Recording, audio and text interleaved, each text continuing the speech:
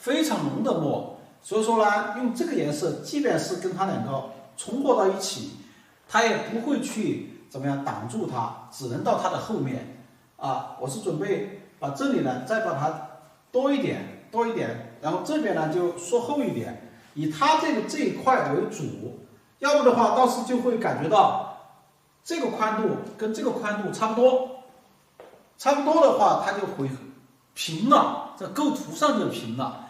因为就是今天这张照片也是显得构图平了，所以我们在画的时候呢，就要注意它要有大小变化，要有疏密关系的变化啊。这正好给大家讲一下这个构图哈。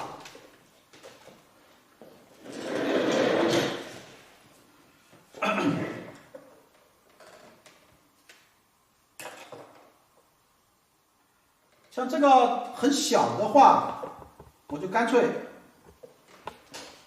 就不用大点子笔了。我们这个就是中式欢啊，一样的也是可以。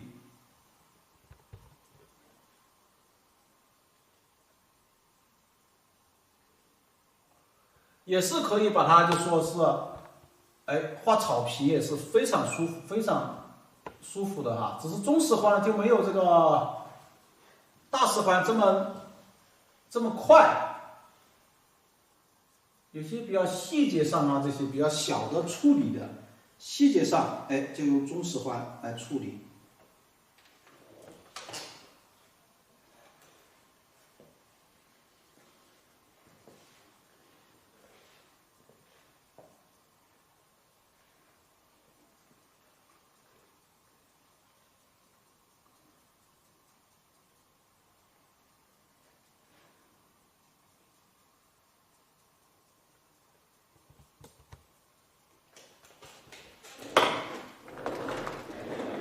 把它画了以后，这边我们又得再来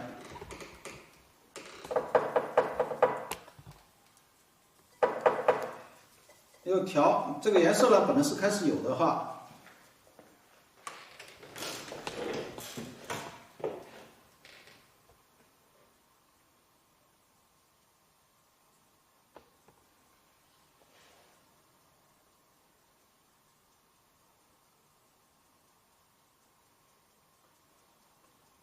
你看我们3支点子笔一去一大片，是吧？一去一大片，这个画出来呢，它这个由于它这个笔它是毛比较密，所以说画出来这个草毛就是毛茸茸的感觉，是非常的舒服啊，非常适合去点这个草坪。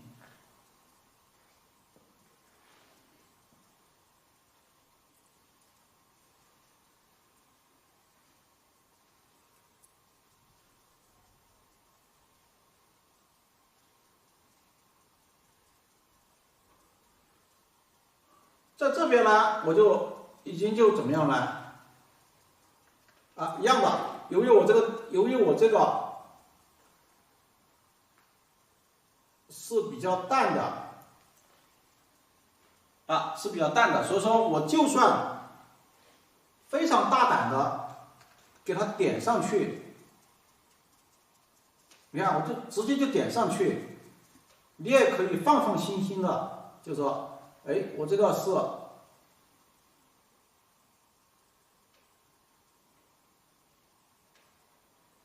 是不会把这个树感挡住的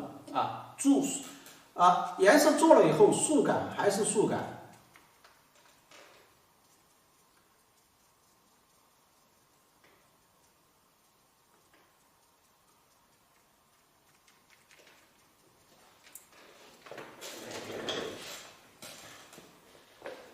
把这里画了以后，好，然后我们这里呢就再来几重这个这个树哈，这里又再调点颜色，因为刚刚调的是草皮的颜色，现在又要调。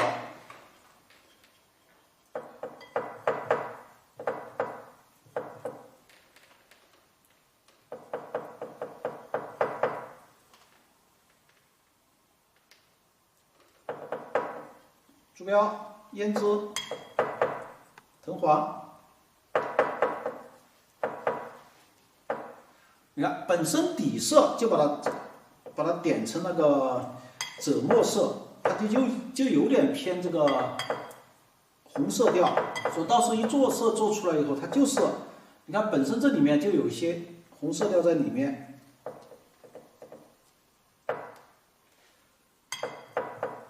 因为树很小，所以点的时候一定要把它笔啊要揉好一点。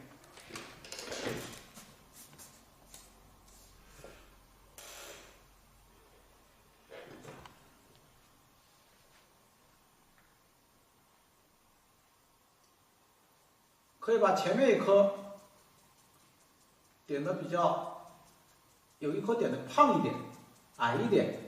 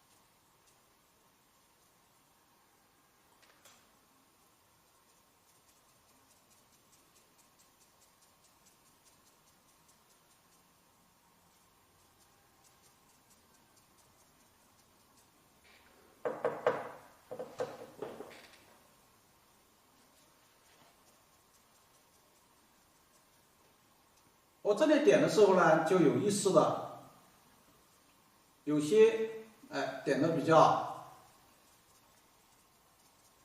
大一点、小一点，是吧？就有变化。但是我们在栽树的时候，肯定是愿意把这个树一排一排的，栽的非常的这个一致，大小都一致，长得都差不多啊。所以说，这个是我们画画呢和这个现场它有不同的地方。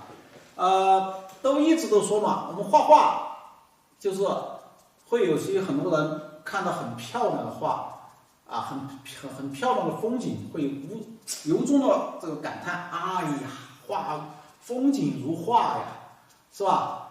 啊，他会感叹一下：哇，风景跟画一样漂亮。也很少有人，除非是这个人脑袋答错旋儿了，他可能会说啊，画如风景啊，啊，基本上没有人说这个哈。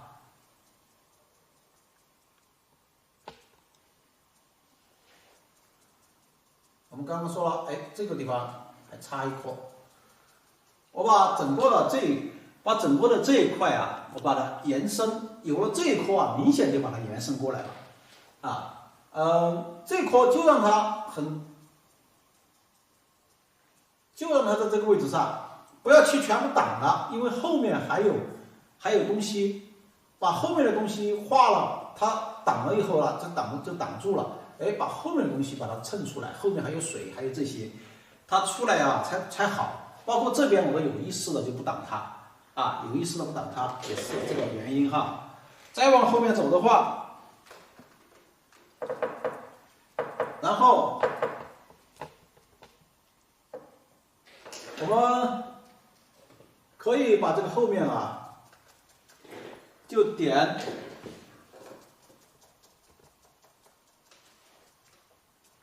你看从这个山上，从这前面这个山，你看我点子我都加的有墨了。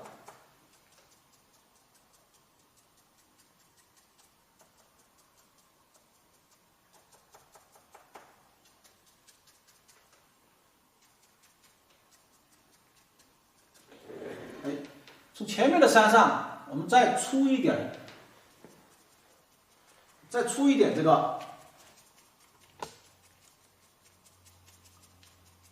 这些树出来，甚至我这里可以加胶墨，加胶墨，然后这一块还太空了。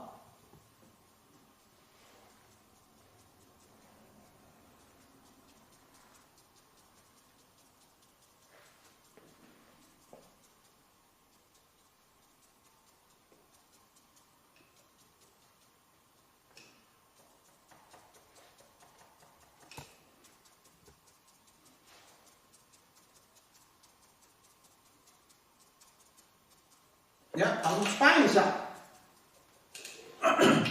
你会觉得这个树干，它不管怎么说，它是往上的，是吧？它是往上或者斜着的也可以。哎，这个是横着的，它们就有一个纵向的一个变化，是吧？这个也是这样子的，这边也是这样子的。哎，稍微把后面的树给它衔接一下，它就不一样，我们把它画了以后，现在又拿小笔，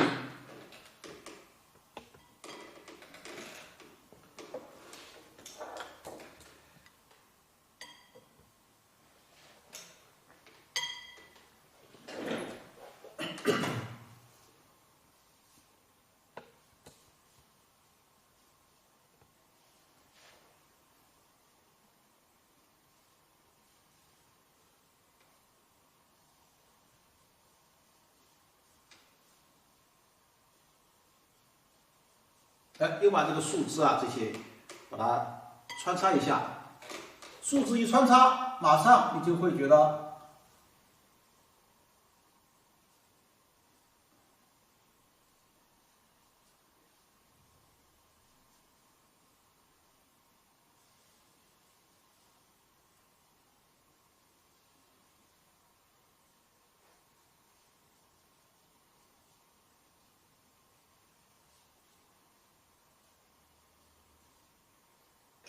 你看，马上就觉得它有厚度了，是吧？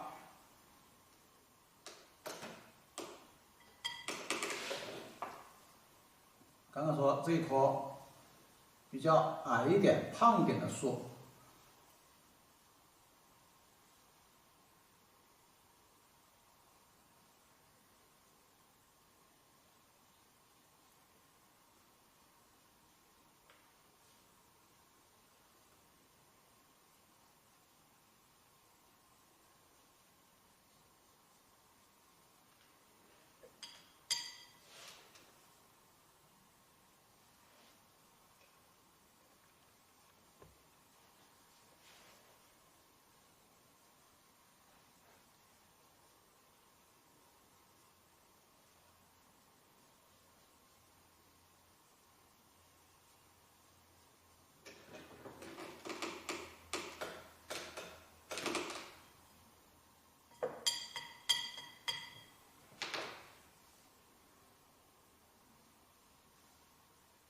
这个呢是不能着急的。有时候我看你们画的画哈，一看你心急没急，就看你的线条是不是稳啊。你比方说画这线条，每一笔都要顺到位，而且它的穿插，它这些哈都能看出你心急不急啊，在画的时候。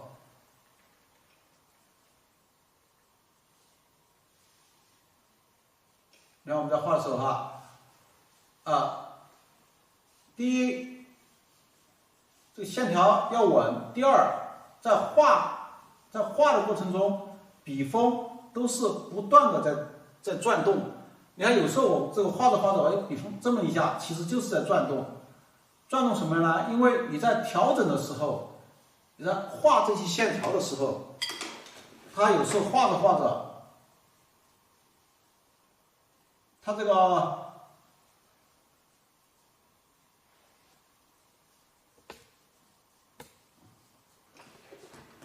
笔锋啊，它就不是太画这些效果就不是太好了。这个就是通过笔锋的转动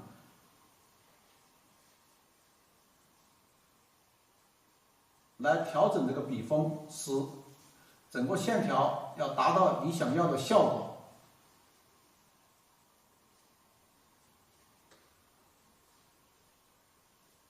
我们动作很娴熟的时候呢，你会觉得，哎，它这个你这么无缘无故动一下来，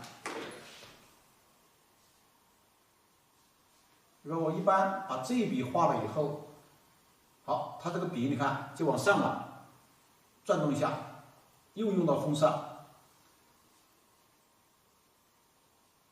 主要的笔画了以后都会转动，哎，这些小的线条可以通过左右画来调整笔。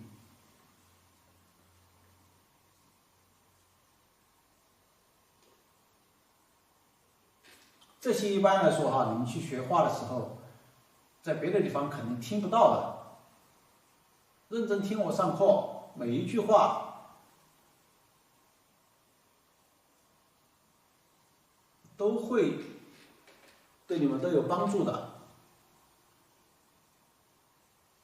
这个也是因为什么？这个也是就是这么多年来，我的班级基本上哈面授班的话，那一报。我觉得最离谱的就是有一次，因为我们一般来说只限30个人，最离谱的就是有一次，晚上7点过才推出这个招生简章，啊，到了11点，反正不到11点，11点钟左右就招满了，就招了40多个人了，就已经就超了。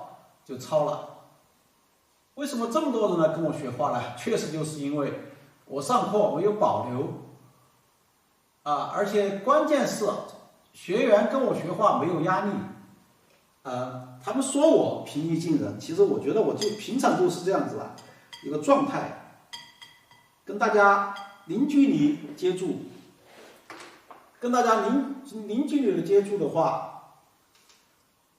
好多人学画没有压力，在没有压力的情况下，你学习的话，你才能学得好。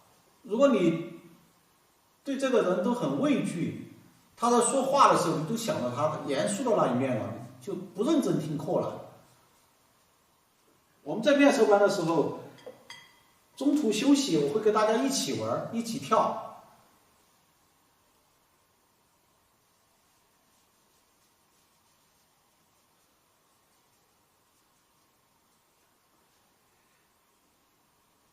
那就2个字，巴适的不得了。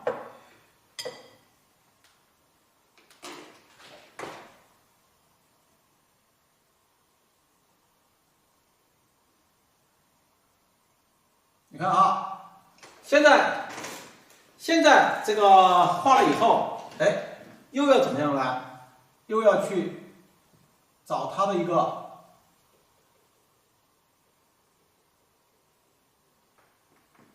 些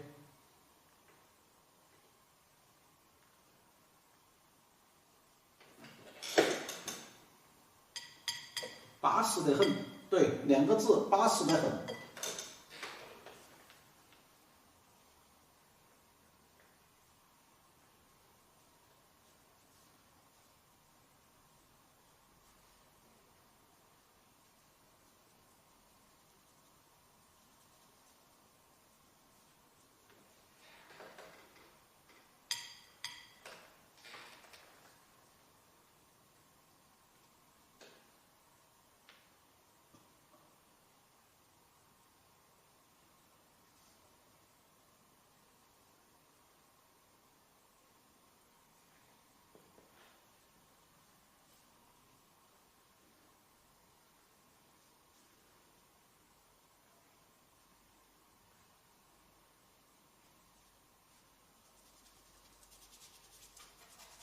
一般下面啊都会让它朦胧一点啊，下面让它朦胧一点，主要是让它上面啊，主要是把它画到上面让它亮。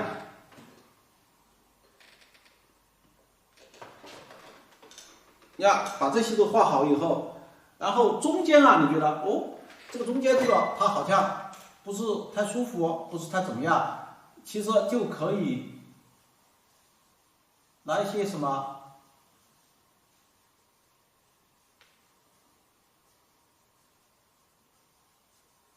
小的树枝去穿插一下，啊，小的树枝稍微穿插一下就可以了。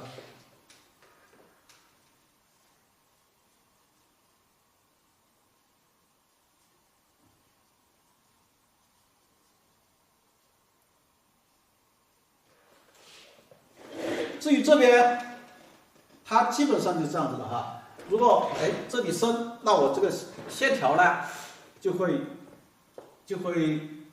深一点，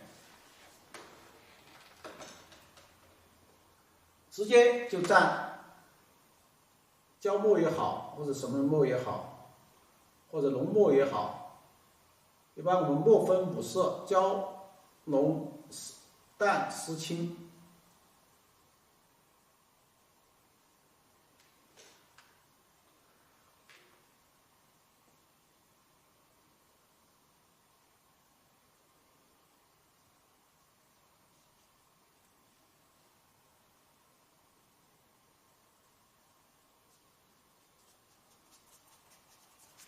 看不太清楚，但是确确实实又存在，啊，这就是我们画的时候啊，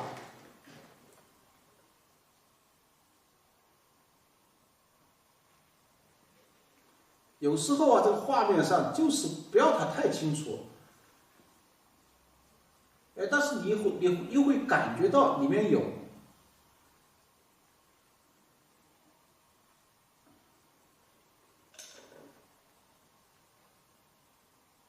如果你不画的话，它这个画面上就觉得，这一块好像没有骨一样的，啊。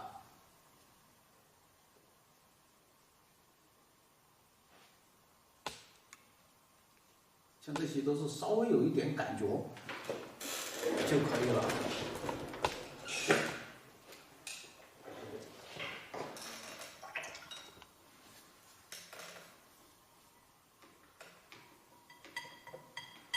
开始应该先把这个画了，我再去画浓的。还憋着我又洗了一下笔，因为它这里是比较淡的。那你如果你还是用很浓的去画的话，那肯定就不行。一般来说，我们在画的过程中，我经常给大家说，我的树叶如果是胶墨点的，那我树枝一定是用胶墨去，甚至比它还深的墨，去那个，因为比胶墨还深的墨，那就是树墨，就是我把这个墨放了一晚上，本来这个墨就很深，再放一晚上，它的多余的水分就干了，剩下的就已经就很浓了那个墨，所以有时候大家认为哇胶墨就是最浓的墨了，那不一定哈。我们现在还是说了，现在我们都是用那个什么呢？墨汁在画了。在以前，这个画家呀，他都是文人士大夫这些比较有钱的人玩的这些哈，一般的时候都会给他配个童子配个书童，然后在画画的时候呢，基本上书童就在旁边默默然后他就在那里这个构图考虑。现在呢，因为什么节奏都变快了，那我们有时候就方便多了直接就可以把墨汁一倒。以前哪有这种工艺？又把这些调整了一下好，终于把这一排树完成了，大家看一下，是不是？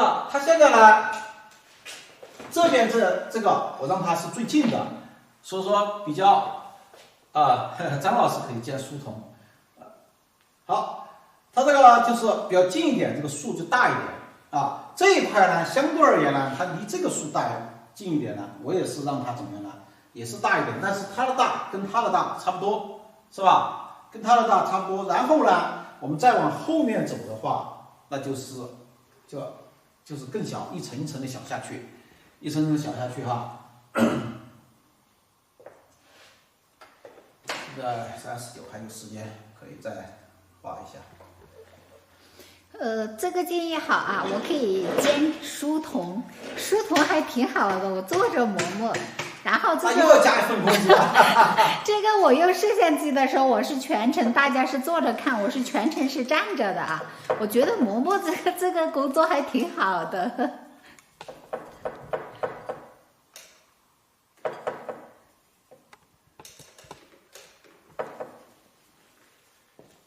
好，你看我这里又加了一些这个，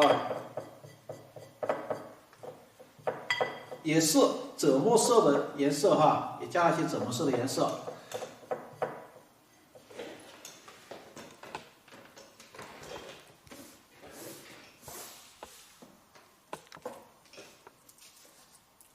我不用招书童，我要说我需要书童的话，肯定好多人来当，所以说我就兼书童吧。现在不用摸墨了。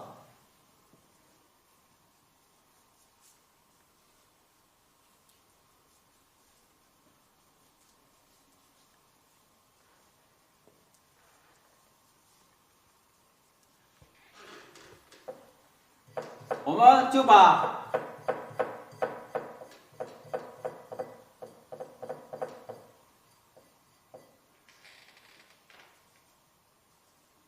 哪有这么大岁数的书童？书童都是年轻人，都是小孩子啊，10几岁啊这些。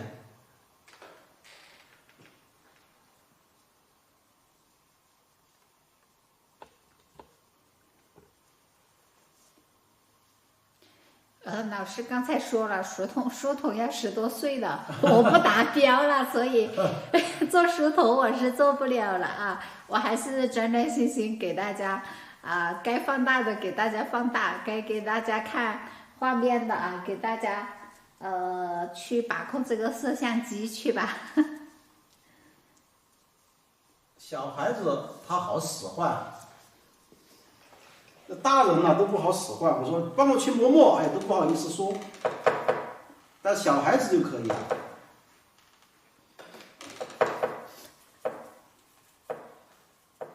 哦，现在流行老书童啊，那也可以竞争上岗。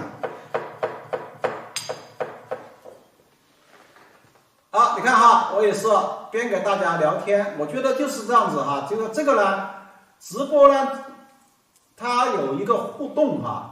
有个互动也挺好啊！大家像我一般给大家聊天的时候，就是在我们目前这个画，它没有太大的技术含量，而且在重复某一个动作的时候，我就可以跟大家聊聊天啊，让大家不至于学画学得非常的累。助手可以帮老师点点子、点草坪。这个大家报名参加老师的网络班，无论是网络班还是面授班啊，都是曾老师全程去上课的。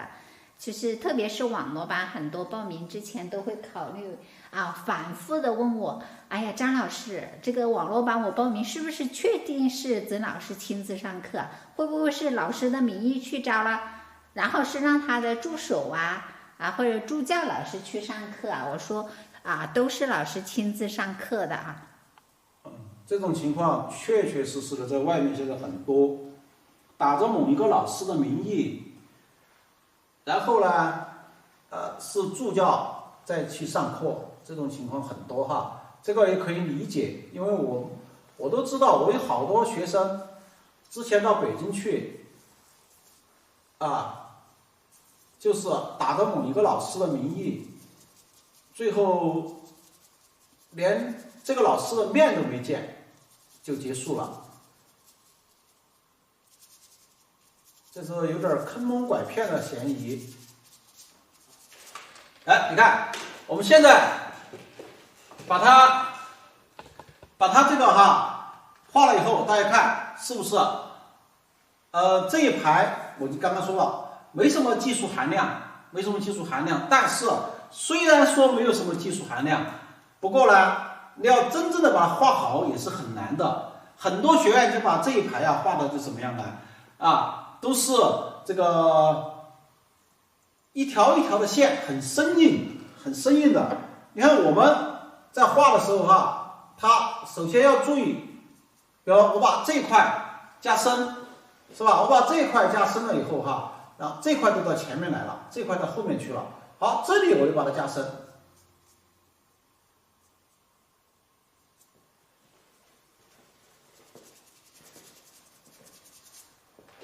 那出来的感觉是不是它就有层次感有层次感。一样的，这边画了以后，我们这边也是一样的要加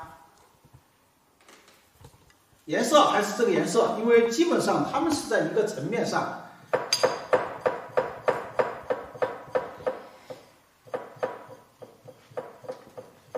书童大家都不要去竞争去当书童了大家争取把画好以后竞争去当助教这是助教老师需要画好的，但是书童老师肯定是要求不会画画的对，如果这个会画画的人呢当书童的话，他一天不会去认真的去为我看曾老师要干什么，一天他就是在画画去了。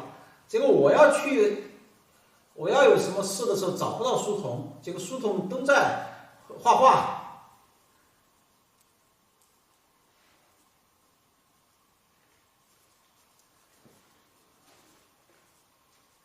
你看这里也是要画出层次，因为这个地方它有个突出，是吧？它凸出来，所以一般我会在后面把它画深，把前面把它怎么样呢？把它给亮出来。是吧？现在有机器人，倒是可以考虑机器人当书童。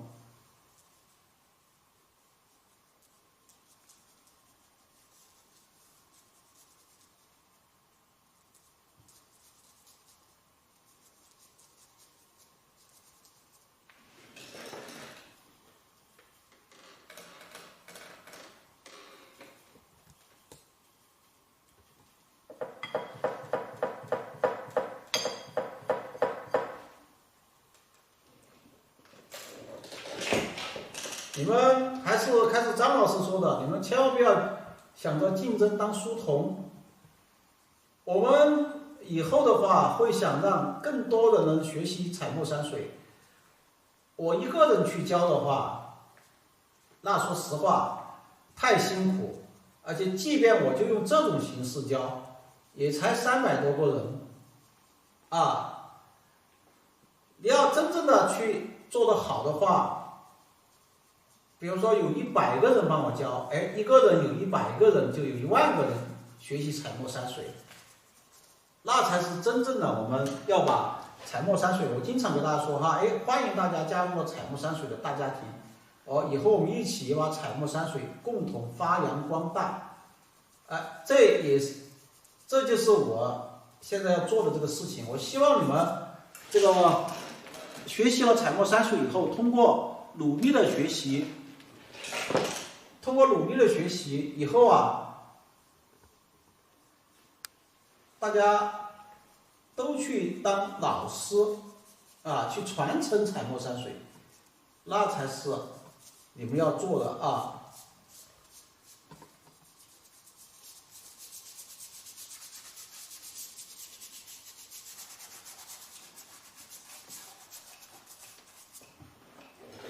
把这边又画好了。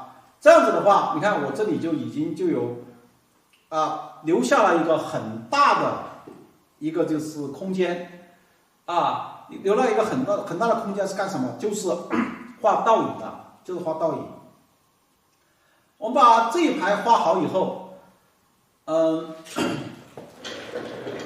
现在那就可以再调点颜色。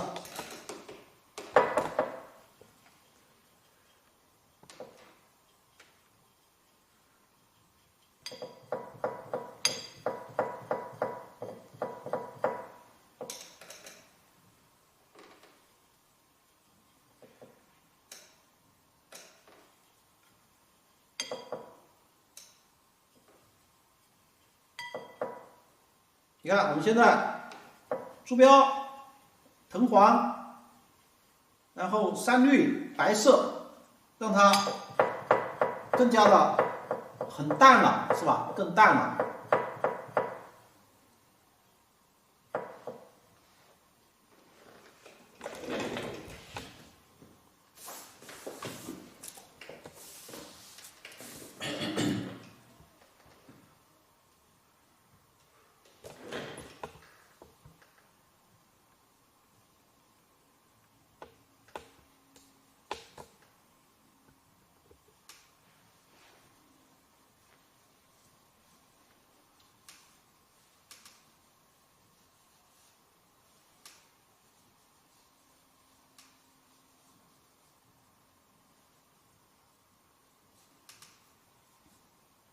是的，大家一起努力学习，实现自己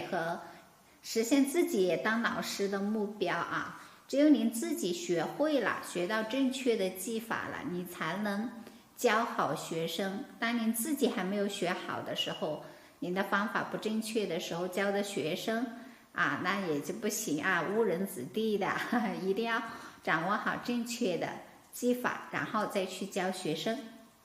对啊，我们这里班上就有一个县城的嘛，应该有好几个吧。现在在教彩墨的多不多啊？我们这里你们方便透露一下吗？在教彩墨山水的，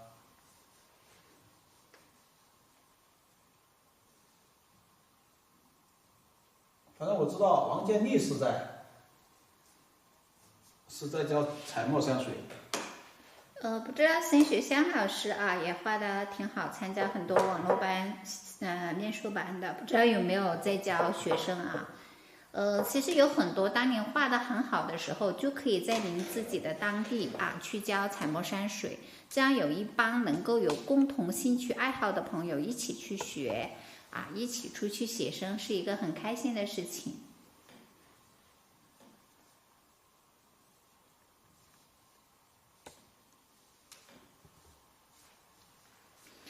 王建立老师学的比较久啊，我是印象比较深的，因为每期网络班他是每次都是最早啊，说搬个小板凳儿就守在门口，最早来的。面授班的话至少有3期，网络班也应该是4期吧，4期还是5期啊？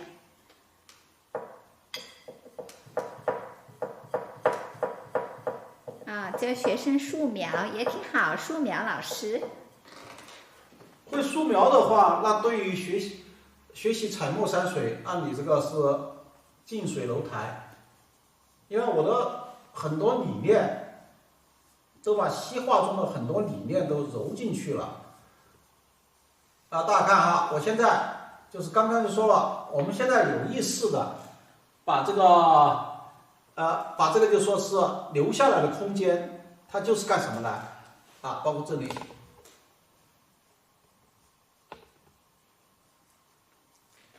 就是把这些留下来的空间啊，把它给这个这边过来，你看这边看能不能还有点点，应该不是陈国伟啊，应该是徐国伟啊。徐国伟也是曾刚老师的学生啊，曾老师的学生。现在在教书，我知道他都有他的学生到过来这里学习，啊。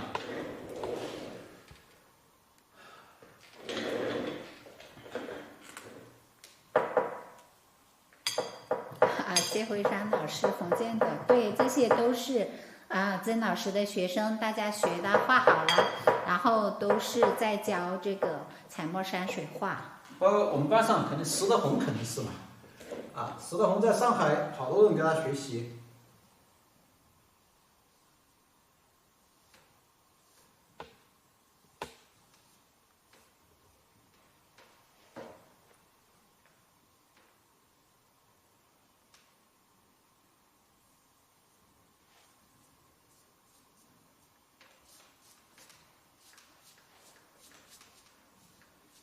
要学10几年才能出师吧？这个不一定的啊，大家可以看一下其他那些老师也都是只是通过网络班、通过面授班、通过写生班，然后这个因为不同的班学到的内容不一样啊，都是几个层次的。大家学习好了之后，然后就去教学生的，不需要10几年那么久的啊。王建立就只学了2、3年吧，我觉得，反正后来就听说他教学生了，早就在教了嘛。他17年跟我学习的。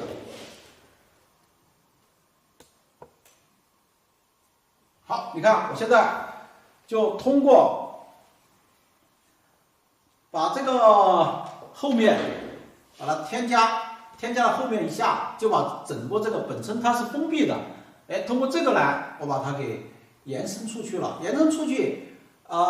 今天肯定没时间再画后面了哈，到时候啊这里会画好多小的这个树，好，再用上面的山把小的这个树啊把它一衬，整个来说它就会非常的这个好看哈。好，我们现在还有一点时间的话，我把你调的颜色。谢老师也没学很久啊，谢老师就上了3期的面授班，后来老师发现面授班上发现他学了3期画的比较好，画的比较好了，所以老师就升他为助教老师，每次面授班就由谢老师当助教，这样他每一次的课他都去听了。他大概学了2年就当助教了。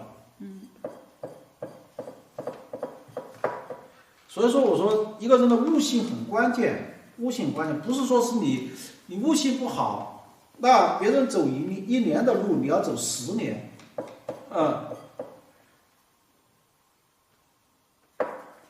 这里有一些特别60、70岁的啊，跟我说，他说我不比年轻人，我学的比较慢。其实60、70岁的你们比年轻人有更大的一个优势，那么就是时间自由，您可以有更多的时间自己去支配，去多看老师课程，多画。年轻人呢，他们白天都在忙工作，根本没有时间去练习啊，都是抽空去练习的。所以大家对，您要是60、70岁，你千万不要觉得自己老了，学得慢了，这些不用担心的。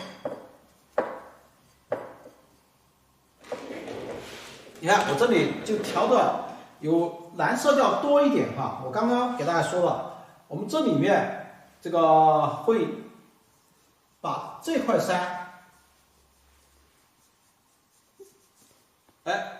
把它画的怎么样来啊？把它画的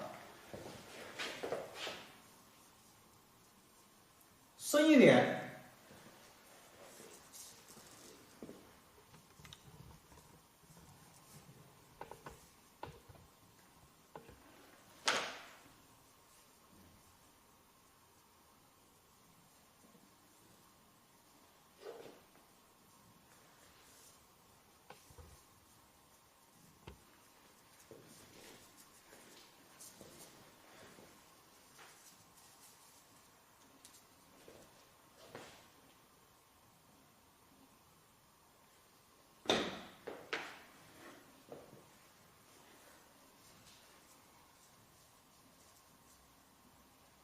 你看，把这座山啊，我们把它给延伸上去。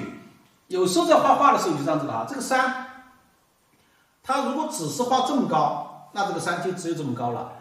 我要是把它直接延伸上去，就把画延伸到外面去了。延伸到外面去以后呢，你不知道这个山有多高啊。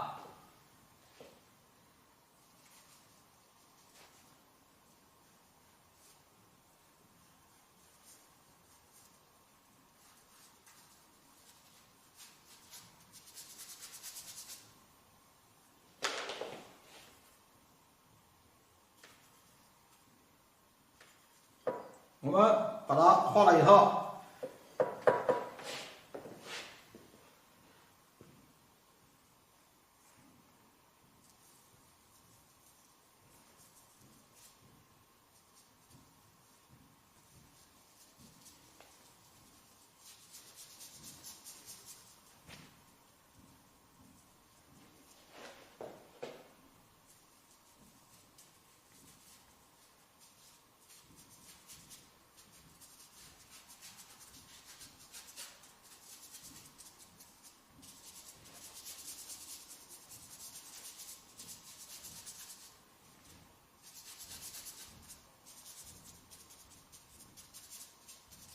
也把它这个山哈，不要把它画的太怎么样呢？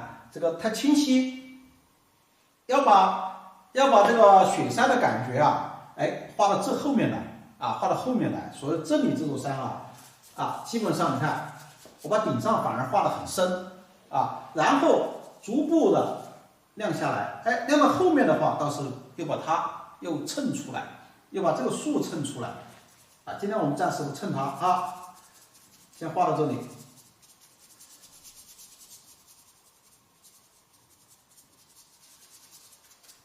好，基本上哈，我们看一下，因为今天5点钟以后我有事，所以今天我们就准时下课哈。大家看一下整个画面，现在是不是通过我的这个添加一些元素，然后再通过把我们第2幅画的纵深把它添加进去以后，大家看这个构图啊。是不是更加的这个有纵深感啊？推得更远，场景更大啊！